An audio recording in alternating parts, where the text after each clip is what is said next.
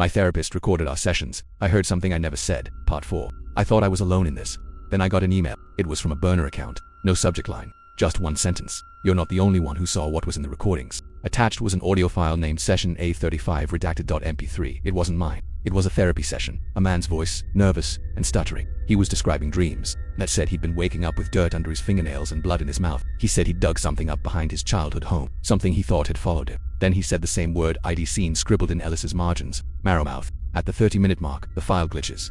And then it changes. The man's voice goes quiet. A different voice takes over. A whisper. Not quite human. Just says, he's the door. He opens when he sleeps. I didn't finish listening. Instead, I replied to the email. Who are you? They responded instantly. You're compromised. But not completely yet. I can help if you want the truth. They sent coordinates, a time, an address 2 towns over. A rundown strip mall with a defunct yoga studio. I drove there the next morning. The door was cracked open. Inside, 6 people sat in folding chairs under dead fluorescent lights. One of them, a woman in her 50s with a tremor in her hand, spoke first. How long has it been watching you?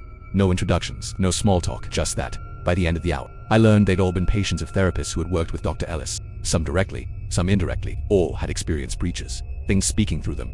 Missing time. Dreams bleeding into reality. One guy named Hector showed me his arm. His skin was covered in faint, pale lines, like something had been etching symbols from the inside out. He said they change positions while he sleeps. Another woman, Kira, said she stopped sleeping altogether after she heard herself on a recording say, if I sleep he gets to wake up. But the one who shook me most was the last guy in the room. He hadn't said a word until the very end. He stood, walked over to me, and handed me a Polaroid. I looked at it. I was in it. It was me standing in his living room, smiling. I have never been in that house. He said he found it on his doorstep 2 weeks ago. No note, just that photo. He looked me dead in the eyes and said, you brought it to me. You're the reason it knows where I live now.